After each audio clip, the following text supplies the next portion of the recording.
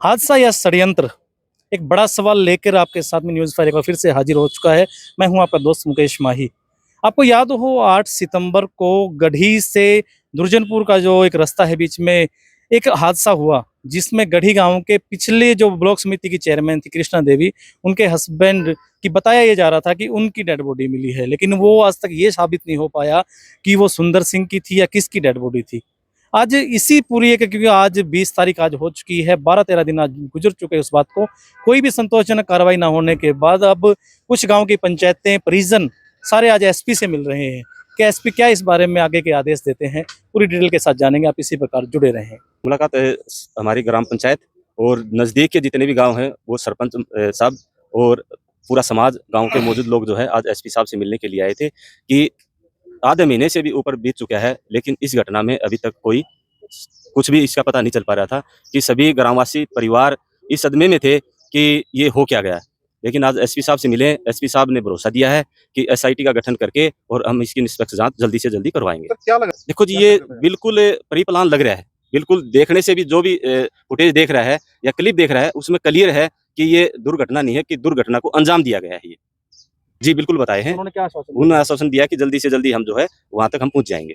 School staff से भी बात हुई है, लेकिन हमारे भाई साहब घर से स्कूल के लिए ही निकले थे और स्कूल के लिए ही गए हैं, लेकिन जो स्टाफ की जो है वहाँ की, वो भी मेरे को कुछ संदिग्ध लग रहा है वहाँ भी जो है। तो ये बोला कि स्कूल में दिन आई नहीं, बिल्कुल मेरी बात हुई थी फोन पे। क्या संदिग्ध लग रहा है? संदिग्ध ये लग रहा है कि देखो कोई भी है तो जहाँ से भी लोकेशन वगैरह जो है, तो जब वो चले हैं स्कूल से, किस टाइम जा रहे हैं, किस टाइम आ रहे हैं, तो चीज़ तो देखो शेयर की गई होगी वैसे। और जो ये कह रहे हैं कि स्कूल में नहीं आए, तो वो क्या ऐसा तो काम करते नहीं थे भी दूध वगैरह का या दूध या पानी स्कूल में देने के लिए जाएंगे। तो वो पहले तो ये कह रहे थे कि भी स्कूल तक आए थे। छुट्टी भी लगाई गई बता रहे थे स्कूल में, हाँ, वहाँ एक टीचर है, उन्होंने बताया था कि जब मेरे को हादसे का पता लगा तो मैंने उसमें खाना खा ली था और मैंने छुट्टी भर दी है। हादसे के बाद उसमें छुट्टी भरी? हादसे के बाद छुट्टी भरी गई। पहले वो बता रहे थे कि भिवानी में कोई डाक लेके या कोई मीटिंग थी या वहाँ जाना था उनको, और कभी कह रहे थे कि नहीं हमारे को छुट्टी बोल दिया गया था।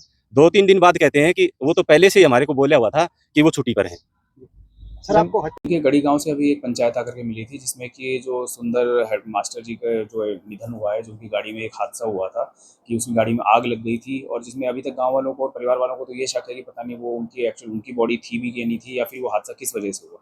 तो इसी बारे में वो लोग आए थे, उसमें परिवार के लोग भी थे, उनके भाई थे, वो भी आकर के मुझसे मिले थे, और उनका ये कहना था कि इसकी एक एसआईटी गठित करके और उच्च स्तरीय इसकी जाँच की जाए। तो मैंने उनको बिल्कुल पूरा भरोसा दिलाया, और इसमें आज ही हम आदेश कर देंगे कि एसआईटी का गठन करके और सीआईए को इसमें लगाया जा रहा है, जो कि अच्छे से इसकी तफ्तीश करी जाएगी।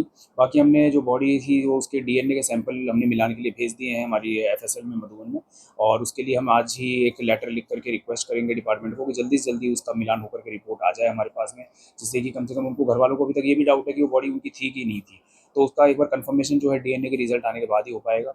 तो हमारी कोशिश है कि जल्दी से जल्दी वो डीएनए की रिपोर्ट आ जाए, और साथ ही साथ इस मामले की जांच भी हम अच्छे लेवल पे उच्च स्तरीय जांच इसकी कराएंगे, जिससे कि जल्दी से जल्दी इसकी जांच करके और इसका खुलासा किया जा सके, अभी पता लग पाए कि एक्चुअल में इसमें हुआ क्या है।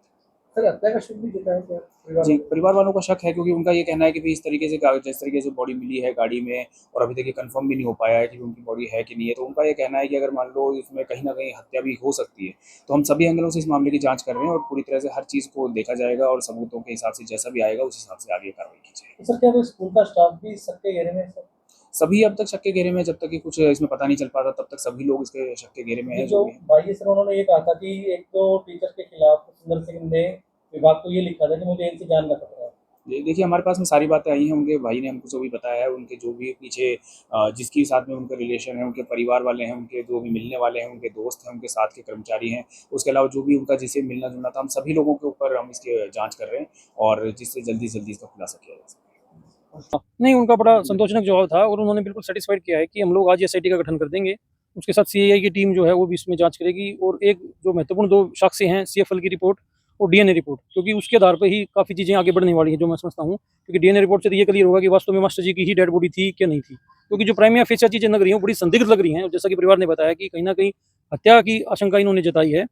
तो क्योंकि गाड़ी की जिस स्थिति में गाड़ी खड़ी थी, कुछ लोगों की बात भी कंपनी में हुई थी कि जो गाड़ी क्रेटा 5 स्टार रेटिंग गाड़ी थी, उसमें ऐसा हादसा कभी आज तक नहीं हुआ कि गाड़ी में अपने आप ही आग लगी हो। और कुछ इन्होंने और भी शक जाहिर किया कि कोई गाड़ी ब्लैक कलर की कोई गाड़ी है, वो कुछ गांव के लोग हैं उन्होंने वहाँ देखी है, जो और उसके बाद तुरंत हादसा होता है। तो संदिग्ध है, लेकिन सीएफएल की रिपोर्ट और डीएनए की रिपोर्ट के लिए उन्होंने कहा कि आज मैं डीओ लेटर लिखूंगा, और खुद डायरेक्टर जो उनके उनसे मैं बात करके इस रिपोर्ट को जल्दी से जल्दी मंगाने का काम करूंगा, क्योंकि ये काम हमारे लिए तो बड़ी दुखद बात है, पुलिस के लिए बड़ा चैलेंजिंग काम है। क्योंकि इतने लोग आए हैं, पेटा ही नहीं भर पा रहा कि ये हुआ क्या रहा है। अभी तक इतने ये अच्छे कंफर्म व्यक्ति नहीं हुआ थे, कि वो सुंदर सिंह जी नहीं या थे या नहीं थे तो ये हादसा क्यों हुआ? क्योंकि वो इतने इतने खुश मिजाज व्यक्ति थे, इतने हंसमुख व्यक्ति थे। मैं तो उनको अनेकों वर्ष जानता हूँ। जब भी हम कोई ब्लड डोनेशन कैंप लगाते थे तो उनका फोन आता था कि मैं ब्लड डोनेट करूंगा। इतना खुश व्यक्ति जो खुद अपनी स्वेच्छा से ब्लड डोनेट करता है, लोगों के काम करता है।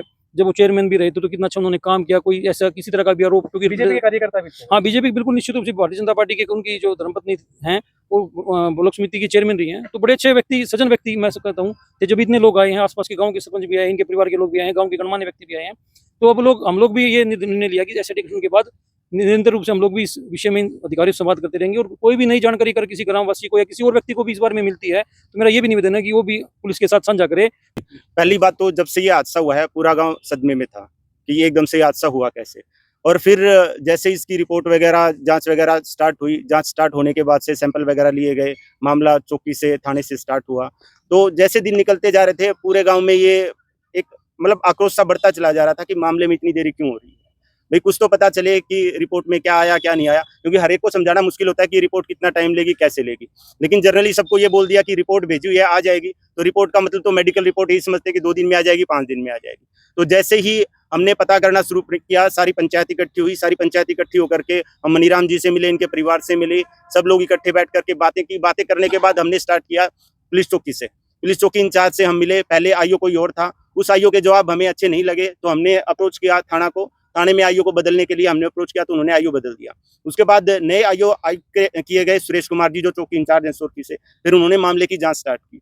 जैसे मामले की जांच स्टार्ट करने के बाद 4-5 दिन बाद हम फिर सारी पंचायत इकट्ठे होकर के मनीराम जी को उनके 1-2 परिवार के बंदों को लेकर के उनसे भी जाकर के मिले। तो उन्होंने बताया कि वो सारी जांच कर रहे हैं, इधर उधर से वीडियो क्लिप वगैरह जो भी मतलब जांच उनके लेवल पे कर सकती थी एजेंसी में जाकर के जांच करना, इस तरह की जांच वो कंटिन्यू कर पा रहे थे। लेकिन एज ए चौकी इंचार्ज होते हुए बीच बीच में इस तरह की बातें भी आ रही थी कि भाई मेरे और भी काम हो जाते हैं, गाड़ी हमारे पास सेफ है, मैं कैसे इतनी बड़ी जांच करूं। तो उनकी कार्रवाई से संतुष्ट नहीं थे आप? उनकी कार्रवाई से संतुष्ट थे, लेकिन जो कार्रवाई जिस लेवल पे पहुंचनी चाहिए उस लेवल पे नहीं पहुंच पा रही थी। इसलिए आज आप एसपी से हाँ, फिर हम दोबारा इकट्ठे हुए और सबने ये निर्णय लिया कि हम एसपी साहब से मिलेंगे और एसपी साहब को संज्ञान में देंगे, और इसके लिए हम अप्रोच करेंगे कि वो एसआईटी गठित करें और जो रिपोर्ट गई हुई है वो रिपोर्ट जल्दी से जल्दी आ जाए, जिससे पता चले कि भी डेड बॉडी किनकी है। या एसपी साहब ने बिल्कुल हमें पूरी तरह से आश्वस्त किया है कि सबसे पहले तो एसआईटी गठित करने का हमारा जो एम था वो उन्होंने कहा कि एसआईटी बहुत जल्दी गठित करी जाएगी, डीएसपी के अंडरटेकिंग में, सीआईए की टीम भी उस पर काम करेगी, और इसके साथ साथ ही जो रिपोर्ट मंगाने का काम था वो डीओ लेटर से होगा। हमें उसके लिए भी चौकी इंचार्ज से पता चला था कि डीओ लेटर भेजने के लिए कम से कम 20 दिन चाहिए।